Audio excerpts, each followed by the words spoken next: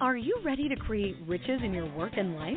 It's time for Shedding the Bitch Radio and TV, where you can discuss, debate, and get advice on how to discover and shed the bitches of fear, insecurity, self-doubt, and negativity, so you can realize your dreams and life purpose, and create and accelerate the riches in life you deserve.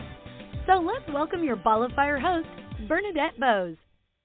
Good day, everyone, and welcome to what is going to be a great episode of Shedding the Bitch. And I am Bernadette Bose of Ball of Fire Coaching, who brings this to you each and every week, both on any podcast streaming services as well as on our Shedding the Bitch YouTube channel. So be sure to go out there and continue to like and share and tweet and rate and subscribe and follow and do all the great suggestions and recommendations of topics and guests you want to learn from. So thank you very much for all of that, because it is bringing a lot of ears and eyes to the program each and every week. And we are very, very grateful for that. Well, we're going to have a great conversation today about claiming the stage and making your difference. Now, what we're going to really share about is that too many women spend too much time hiding in the wings at work and in the world. As a result, their wisdom and big ideas don't reach the people who need to hear them. Claim the Stage is all about encouraging women to leap, not just lean, into leadership so they can make the difference they were born to make. Now, we want you to be listening for 3 to 4 key things. The 3 pitfalls, pleasing, politeness, and perfection, that can hold women back. How to manage the lies that bind, that limiting beliefs that can make you second guess yourself. The 7 phases of the claim the stage cycle that take you from the wings to the spotlight. And lastly, the importance of showing up, stepping up, and speaking up when it matters. Now, let me introduce our guest, and then we'll bring her in. Eleni Kelakos, the speaker whisperer, uses performance techniques learned over decades as a professional actress and singer to help executives speak with more confidence and impact. When she's not coaching individuals or facilitating trainings at companies like General Motors and Allstate, Eleni practices what she preaches, firing up conference audiences with her signature keynote presentation. She's particularly passionate about encouraging women to step up and share their wisdom on public platforms. She is a graduate of Brown University. Eleni is a past president of the National Speakers Association of Michigan. She has sung the national anthem at Shea Stadium for 3 winning Met games and produced 4 acclaimed CDs of original songs. She's the author of the award-winning book, Touch the Skies, Find Your Voice, Speak Your Truth, Make Your Mark, and the #1 bestseller, Claim the Stage, a women's guide to speaking up, standing out, and taking leadership. Help me welcome Eleni to the show. How are you? I'm so good. I'm so excited to be here. I am so excited that you're here as well. And I love this topic. Absolutely love this topic. And we are going to get right into it. But before we do, what I'd like you to do is tell us a little bit about yourself. I love helping our audience like, know, and trust, so they do with our guests. So help us understand who Eleni is. Well, started out as an actress, a professional actress in New York City and LA, and was really obsessed with that for quite a while, and then became an obsessive singer and songwriter. And through that process, I found my voice, probably why I am so equally obsessed with helping women find and share theirs. As a young actress, I'm 6 feet tall, and I didn't exactly fit in. I was strong, I was tall, and I wasn't, how do I put this diplomatically? The guys that I auditioned with were, how shall I say, boob high. So, and so I discovered that this was a problem, and I began to see it that way in my own brain. I began to diminish myself with my own story around my height. I started to think, I'm too tall to be cast as a professional actress. And I started literally almost apologizing for who I was, my whole physicality and the presence that I brought. Wow. Until I made some switches around it, which really shifted how I looked at myself and ultimately began to shift my life and the direction of my life, pointing in a sense to the work that I do now. Right. Oh my gosh, that is such an awesome story. And, unfortunately we can't see how tall you are, but 6 foot. And, we all need to be able to relate to the fact that we all have issues. Even successful people who we look at, like yourself, who is an actress and who is, an author. We need to know that it's, we all deal with what we call bitches here in our world. So that is absolutely awesome. And so your whole take on claiming the stage came from where?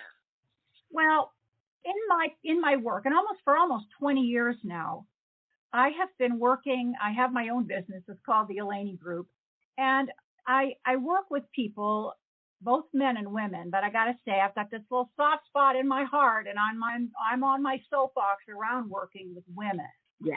Because I cannot tell you how many people and how many women in particular have come to me because they know that they are not bringing it. They're not bringing all of themselves to the platform. And when I say the platform, I mean the speaking platform, whether that be the boardroom, whether that be a proscenium stage, they're not allowing themselves to show up fully, and it's hurting them. They're not getting moved up into positions of greater authority and leadership. They're second guessing themselves left and right. Their beautiful wisdom, their big ideas are being kind of kept under here someplace, and so this really started to bother me more and more to the degree that not only did I put a coaching program around it, but I wrote a book called Claim the Stage. Because I believe that we're meant to claim the stage. I have different terminology for it depending on how I'm talking and to whom I'm talking. But another way I put it is we're meant to touch the sky. We're meant to reach for the best in ourselves. Love that. Yeah. So, and I felt strongly, and I feel strongly now in this moment, enough that I've got goosies talking about it, Bernadette. But I really feel that we need more women's voices out there. We need them. Agreed. 1,000%. Yeah, we need voices that reflect us, what we need, what we want, what we know is right for us. And we need it at certainly the highest levels of legislation. We need it, we need it certainly in places where the decisions are made. But honestly, we also need to be able to just speak up in our own lives, say no when we mean it, say I want this when we want it, and not hide and not wait for someone to pull us from the wings to center stage, but do it ourselves. Oh, I absolutely. I call it honor your riches. They need to, they need to go out and really honor the wonder that they are, and just, kind of go for it. Just claim that stage. I love that. Honor the riches, Bernadette. I love that so much because to me, that's what it's all about. I mean, we all have these immense gifts and talents and abilities. Right. And, I'm not saying that everyone should be trying to be front and center as public as possible. I'm not saying that. Right. I am suggesting it for many women, but I'm not suggesting it for everyone. I'm saying wrap yourself around the things you do well and allow yourselves to put them forth into the world. And when it comes to this book, right, this is really about using voice, putting your voice literally out there, and harnessing those talents and abilities in the name of that. Right. Now, help though our viewers and our listeners describe what you mean by voice, because. Yes. Well, actually, I'm so glad you asked me that. When I say voice, I mean your perspective. I mean your experience. I mean your literal voice sometimes. You know, I work with women who sometimes are really hesitant to literally share their voice or thoughts or opinions. They will literally just clam up and shut down. They'd rather shut up than speak up. So, and sometimes I'm working with people whose voices are very, very small, literally as in the sound of them, because they feel some shame or hesitation or trepidation around letting that voice ring out, you know? Why would you say women, even with a small voice or a big voice, what are the reasons they're giving you that they're shutting down, that they're not using it? Were they impacted? Were they in a situation? There are so many reasons, and there are reasons certainly that reflect the unique experience of each of the women that I'm working with. But I want to say that really, by and large, what's happening is that women are second guessing themselves. In a sense, it's self-inflicted silence. And I want to say right out loud, there are a lot of things shutting us up from the outside in too. You know, there are all kinds of kind of societal mores, and there's certainly institutional silencing that occurs. But I'm talking about things that you can control here, really, because I feel like we can focus on the things we can control sometimes better than the things that are out of our control. Love that. So yeah, so I feel, and I have found that women will tend to trip themselves up by falling into what I call the 3 pitfalls. And you mentioned them, and it bears repeating them. It's the pitfall of pleasing, right? Well, oh gosh, will they like me? Am I being, is this the right thing to do in order to make them happy with me? There's that sense. And then there's the pitfall of politeness. I don't know. It's not done, is it? Am I being too loud? Am I being too bossy? Am I stepping over a line and offending people and potentially damaging relationships? Something very important to us in terms of the way our brain works. Right. And then finally, the pitfall of perfection. Oh, as a recovering perfectionist, this is huge for us. And is it perfect? Am I ready yet? Maybe I'll be ready in maybe 5 years. Yeah. Am I ready yet? Yeah. Yeah. And Bernadette, around this too, I want to just state this, we have been as women in a one down power position for generations. When you're in a one down power position and you have someone in a sense dominating you in a patriarchal world, you're always on the lookout. You're always trying to figure out, what do they need? What do they want? Because at its absolute base level, survival is what's at stake here. Yeah. So pleasing comes from that. Right. Politeness comes from that. Perfection comes from that. And just one more thing, and then I'll be quiet. No, don't. But perfection too, this is something that, I feel like they're all 3 really important, but the perfection aspect, as women in the workplace, we really do feel we need to be as perfect as possible. And actually, it's in many ways, it's been expected of us. We feel like we have to do it 10 times better than your average male out there. So is that though justified because we're still fighting many disparities, and inequality? So is it both justified, but then it's also just a lot of your internal belief systems and what we call bitches in this world?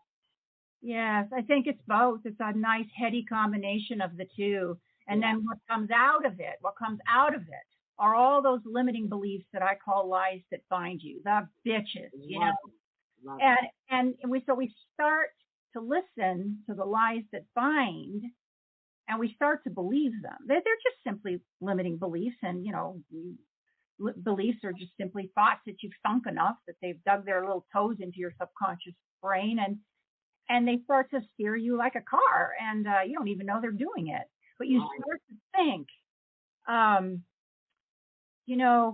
if I speak up in this meeting, I'm going to say the wrong thing. I usually do, so it's better if I'm quiet. So where there's the potential for less risk taking. Right. If we capitulate to the lies that bind, AKA the bitches. And by the way, I call the little guys on the shoulders that yak into your ear and, hiss these lies that bind. I call them Mo and Schmo. Oh, I love that. Yeah, Mo and Schmo. And they're very loud. I love that. Well, I love lies that bind. I mean, that's just absolutely perfect. And do you tie that right back to those 3 Ps, especially the perfection, but also I feel like I find when I have my clients put together lists of their lies that bind, they typically fall within those 3 categories. Wow. Right? Now, by the way, I always want to say this. This happens with the men that I work with as well. We all have limiting beliefs that can drive us. Yeah. But, and as I've been saying for years, actually ever since I lived in LA, when I was a singer-songwriter at that point there, and I started co-producing a women's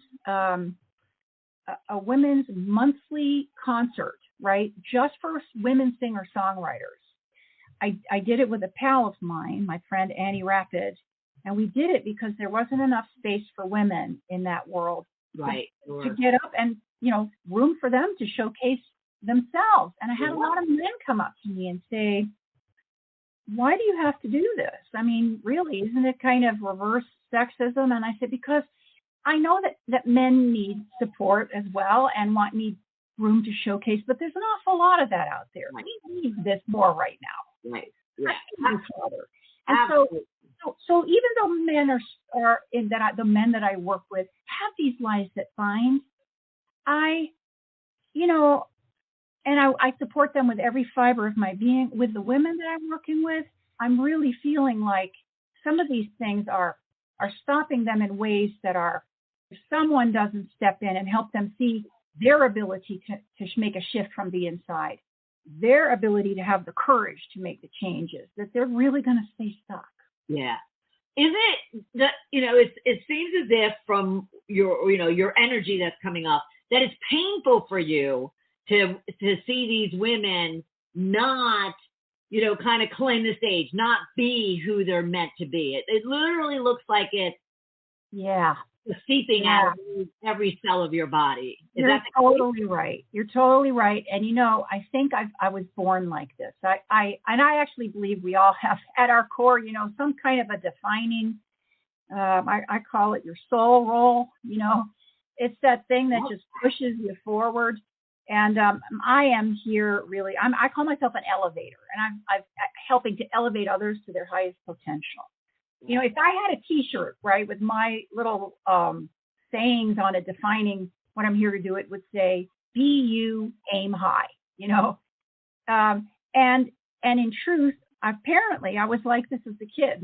One of my first boyfriends, Jeff, told me that I was like this with him back in the day, encouraging him to do better in school because I felt he could. Yeah. He said, you were always like that. So I think it's just part of my nature, and I find it almost painful, as you so wonderfully pointed out, when people are performing at a level that's not commensurate with their abilities, or where they're letting their beautiful talents and abilities and perspectives and wisdom, when they're holding back on sharing them. It's very hard for me. Yeah, I've been there, so I know what it is. Yeah, sure. Sure. Now, where does the whole title of speaker whisperer come into play? Well, almost 20 years ago. I was on the road at that time as a singer-songwriter, still doing a little acting, but I had started, it's a long story, but I had started to put together these little workshops that were encouraging people to find their voice, literally put their voice courageously out there. And people were asking me to take my songs and bring them into kind of healing arts environments. And I was doing workshops around them. And long story short, during that time, I wrote a song called The Tallest Poppy Song. The Tallest Poppy. It was about a little poppy in a poppy field who dares to defy the law of the poppy land by growing taller than the limit sign and being everything she could be. And so then all these little poppies, baby poppies, all followed suit. And I had so many educators and parents who loved this song. And I thought, I'm onto something here. Yeah. And so I put together a program for young girls who were middle school, just when they start to be told, don't be you. And created a one-woman tallest poppy show. And went in and started working with them to help them, again, sort of that know who you are, put it out there without apology. Yep. And it was during this time that I found the National Speakers Association. And somebody told me I should consider putting together a program like this for adults. So I called it Touch the Sky. And at the same time, I started thinking, gosh, there seems to be a need here. I wonder if I can put together programming and coaching to help people when they get up in front of groups. Right. I have to learn to manage my fears. I have to learn how to deal with performance anxiety. I bet I can help them. And so the Speaker Whisperer, if you will, was born, meaning my role in that regard was born. Right. I didn't officially trademark it until about a year and a half to 2 years ago. But that is what I feel I am. I am using the medium of words. It is in that arena that I'm doing this work. Yeah. So because people have messages to share, and I want them to be able to share them. Right. Great. That answered my question as to why was it, like in what respect did you see that them using their words? Yeah. And did you believe that they have a story to tell? Everybody has a story. Completely. And I'm working with a lot of entrepreneurs who are having to go out there and pitch their services, put their message out in the world, and they have to be able to do it in a way that attracts people to them in a human, relatable manner. I work with authors and thought leaders, people running businesses who are trying to find some way to attract people to what they do. And, I've said this a million times because, I'm in the leadership world, but I'm in the speaking world, and they interlink.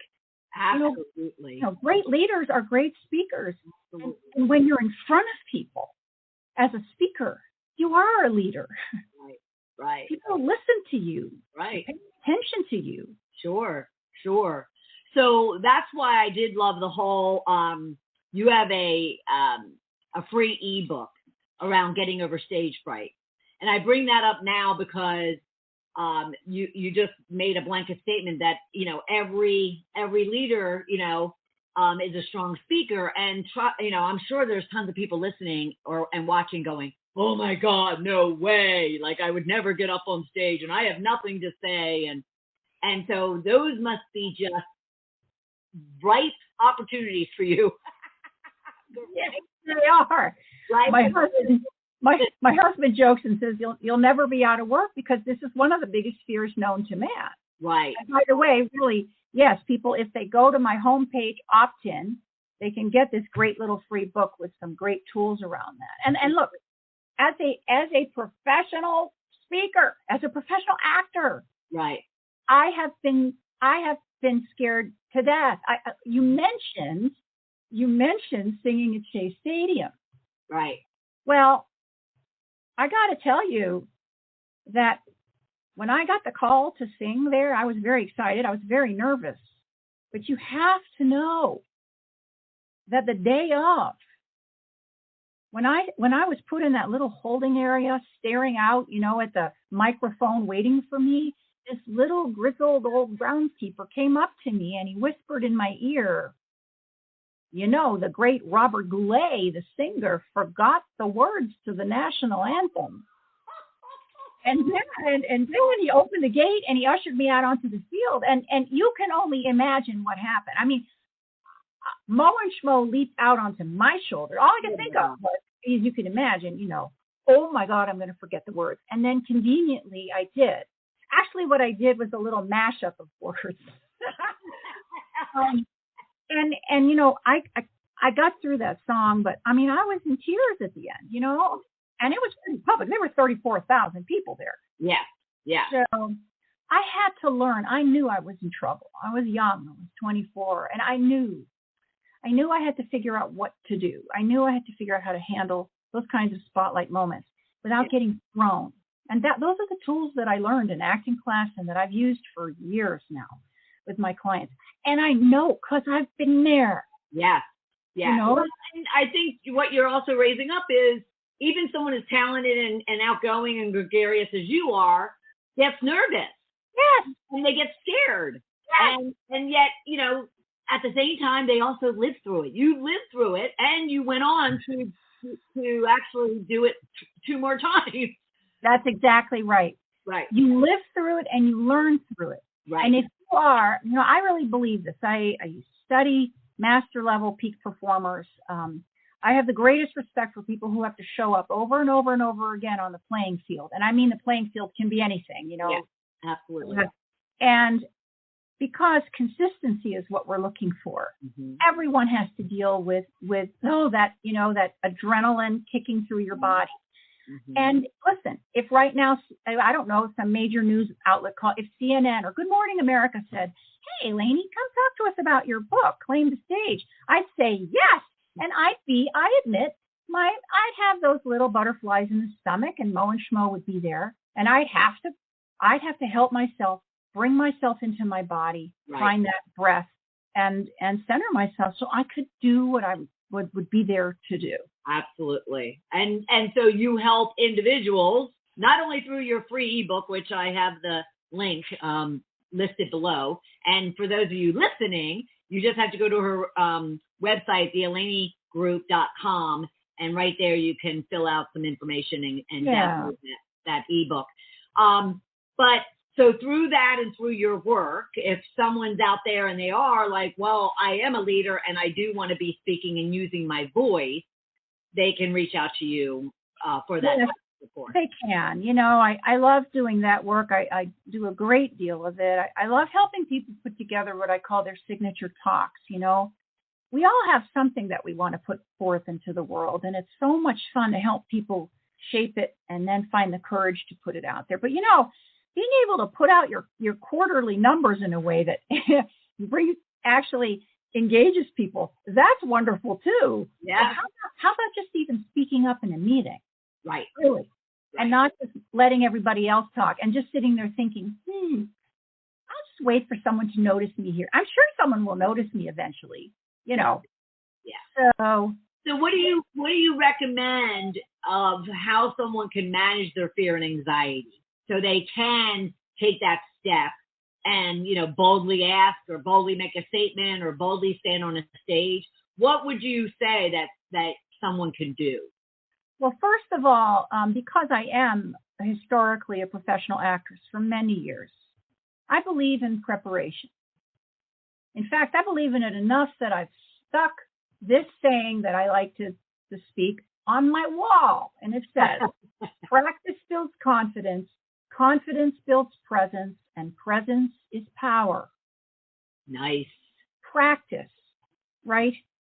And so that could be as simple as doing the work to, let's say we're talking about a straight on presentation, of doing the work, not just to put the PowerPoint together or whatever, but actually speaking it out loud until it becomes a part of you. This is how actors think. They step into a rehearsal period that gives them the time to breathe it in and make choices around the material, the strongest choices that they can, until they get sick of it and can't wait to get in front of an audience. In fact, but that's one aspect of it. You can do all that work, however, and still be waiting to go on and be overtaken by Mo and Schmo. And what happens is that you will sphincter up. Yes, that is a professional term. You will sphincter up. You will shut down. Every part of you will shut down, right? Yeah. You'll be overloaded by lies that bind. Your adrenaline will have kicked in. You'll move into your head where Mo and Schmo lives, and your body will freeze. And if your body freezes, you can't think. I like to say, if you're on lockdown, you can't think. And if you can't think, you can't speak. You know what I mean? It's sure. So you have to be able to be in a relaxed and breathing body. You have to help yourself be in a relaxed, breathing body before you step into the spotlight moment, and then nudge yourself back into it if need be. Yeah. So I had taken acting classes. I take like improv and a number of other things just for the heck of it. Oh, that's great. I took an acting class, and I was doing a play called The Dining Room, and I blanked, totally blanked, when I got up on stage to where they had to slide the script across the dining room table. I could kind of peek at it. Now, fortunately, it was during practice. But I love your points about just the fact that, one, I definitely love your points about practice and preparation, because it was definitely lack of preparation that I, but I absolutely love that, but also just then, being calm, cool, and collected, because I certainly was not. But yeah, being calm, cool, and collected.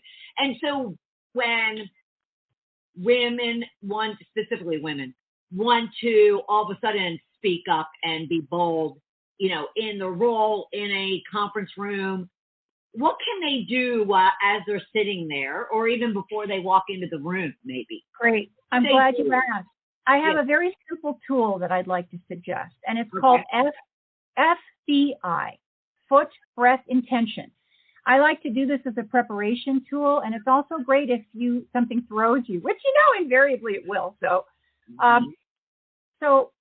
and you can do this even while you're sitting in a Zoom call, right? Or waiting to step in. F is for floor, footing, feet, or foundation. Feel the floor under your feet. Ground yourself. Feel Mother Earth supporting you, right? That's step one. Step two is B. Bring your breath into your belly. Because when your adrenaline shifts into high gear, your breath will go high up into your upper kind of quadrant of your chest, if you will. Is that why people break out in highs like I do? Yes. Well, that's just, aren't you fortunate? Or they blush or they sweat, right? But we hyperventilate when it goes up there. So you want to bring that breath into into your nice belly. So I always say one simple way to do that, especially while you're waiting. You can even do this while you're just sitting there waiting to step into the Zoom meeting or the meeting itself, or even when you're in the meeting. But inhale and exhale and follow your breath. I like to say, if you can do it 10 times, right? Ideally with your eyes closed, but if you can't, do it with your eyes open. Follow the breath in and out and think a word that makes you feel good at the top of it, like peace or center. By around breath number 7, you'll have wrestled your breath, if you will, out of the jaws of Mo and Schmo. You'll have stilled yourself. So that's B. And I is for intention. You've got to know why you're in that meeting or why you're giving that presentation. It's your purpose. It's what you're there to do in relationship to that audience of one or many. I like having my clients write it down, and it's good to remind yourself of that. Yeah. Right? What am I here to do? Right. Because when you're thrown, you want to help yourself get back on task. Sure. I is also for eyeball to eyeball, heart to heart. It's a reminder you're there to actually connect with people. Yes. And and you can use FBI when you are thrown. I like to do it by having water with me. And if something throws me, I'll stop for a minute. I will find the floor with my feet. I'll take a sip of water. You have to exhale. You got to connect with your breath. I'll bring my breath into my belly. And then I'll remember my intention. What am I here to do? What's the task at hand? And step back in. Yeah, I love that. Very simple. But I'll tell you, it works. I've had to implement it myself. Yeah, and it's easy to remember. FBI. Yeah. You know, foot, breath, intention. Foot, breath, intention. Foot, breath, intention. It's something you can do in your control in an out-of-control scenario. When you're focused on something, Mo and Schmo, who are the epitome of fear, they can't grab you. Fear cannot hit a moving target. Action trumps fear. Yeah. That's beautiful. Action trumps fear, everyone. Yeah. Action trumps fear. So if you ever get fearful or anxious, just take an action is what you're saying? Yes. Get involved in the activity. Focus on the activity. Focus heavily on FBI. It pushes away the distractions and the detractors and the distractors. Right. Now, what about, and you talked about a scenario at the very beginning. What about a situation where someone was shut down once, and then all of a sudden, especially if that someone who was shut them down is of a senior significant role, then, what do you suggest? Does FBI work them through that as well? That's a great question. We could talk about that one all day, because there are times when you are shut down, when someone in a position of authority who could hire or fire you is asking you to be quiet in a sense. Right. And you have to know where that line is. You certainly do not want to publicly, I want to use the word shame that person or come back at them like a little whiny person. Right. You want to certainly be respectful of where they are in the hierarchy, if you will. That said, I always feel that a scenario like that, this is when you reach out to that person afterwards and you set up a meeting and you say, I wanted to talk to you about that moment. I really felt strongly about it. Here's what I wanted to say. And I'm really wanting to encourage myself to speak up and speak out when I feel strongly about something. And I would love to have your support around it, to find some way to talk about it in a situation that's not heated. Yeah. Right? Right. And because what happens with us is with men very often, someone might say no to them or shut them down and they'll come right back. There's a line. Sometimes, depending on the scenario, we might want to say, oh, well, actually, no, I'm not done. I really do have strong feelings. I would love to be heard. Right. And there's ways to do that. And it really depends on the scenario. Right. I love that. So what would you say if a woman wanted to really kind of step in, not just lean in, and, claim the stage and, kind of reveal her power? What's that one thing that she could be doing or practicing maybe, each and every day? Stop getting ready to get ready and step in. Really. Repeat that. Stop getting ready to get ready and step in. Stop thinking about going after that position and throw your hat in the ring for the job. Stop wondering if you should speak up at the meeting and speak up. Stop considering putting together a presentation or upping your game around your marketing, your marketing pitch around your business or whatever, and go get some coaching around it and take it to some place that reflects you and your passion and your marvelous yumminess, and then put it out there. Say yes to every speaking engagement that you can. Say yes to every opportunity to lead, not just kind of lean in from the wings and wonder. Right. Is there anything though, because, now, risk-taking pops up for me, courage, bravery, ignoring that, which one's Schmo? Is Schmo the bad guy? They're both bad. They're both equal opportunity naysayers. They're nasty. We're both bad. So is there something that you do to help them even recognize and self-identify that these are the things that are getting them kind of caught up, and then what they could be doing to kind of cut them down? I will have my clients write a comprehensive list of their lies that bind. Oh, that's the life. From the point of view of Mo and Schmo, from like their mouth, like nobody's going to take you seriously, as it's spoken from Mo and Schmo. Right. Then I suggest that they take those phrases and they turn them into what I call a power phrases. They go to the core of the lie that binds, the negative statement, and turn it inside out like a sock. And they write a positive, useful, affirming phrase that goes to the core of it, that they can speak or think, that begins to shift their mindset, that create new neural beliefs. Right. So what I mean by that, new neural pathways is what I meant to say.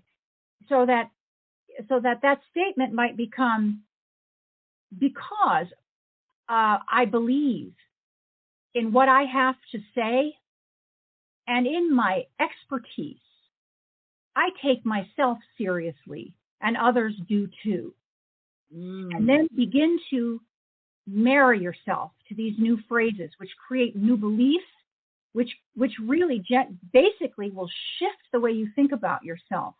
Courage is an inside job. It starts from inside. You have to begin to shift these changes from the inside out. I love that. Yeah. So what you're saying, and of course, you're not claiming this happens like in, the minute you come up with that power. So they use that. So you suggest that they use that like each and every day, like they're talking to themselves on a regular basis. Yes. I will have my clients take that new list and have them record it and listen to it. Actually record each one of those power phrases 3 times in a loop and listen to it before they fall asleep at night, before they get up in the morning, when their minds are open and receptive. Their brain waves are at most receptive. I will have them literally do things like go when it's uttered, when Mo and Schmo utters one of those things, or say no and speak it out loud. I'll have them take the power phrases and marry themselves to one and make 20 copies of it and put it all around the house, in their car, in their wallet, on their fridge. Yeah. And when they see it, to think it, speak it, you're making a shift. It takes time. It's process work. Yes.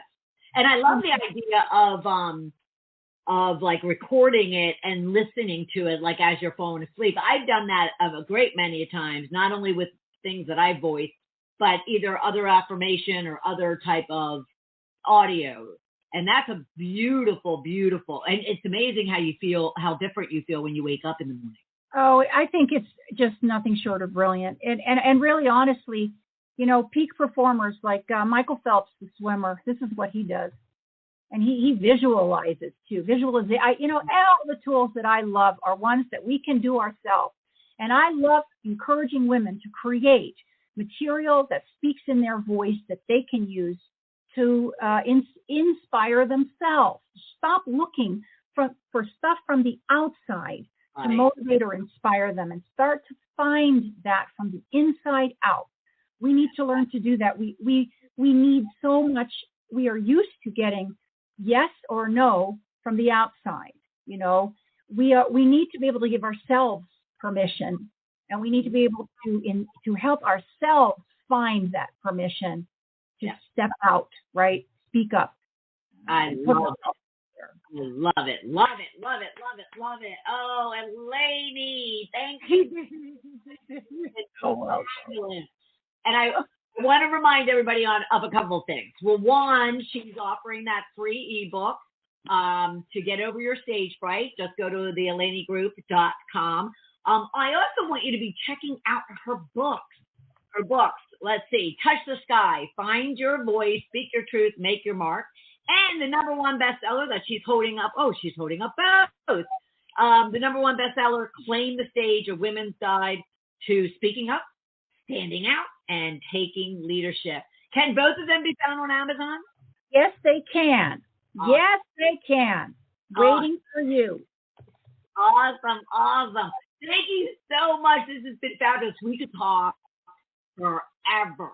We really could, Bernadette. I am speaking to a like-minded human, and it's a joy to have spent time with you. Oh, you as well.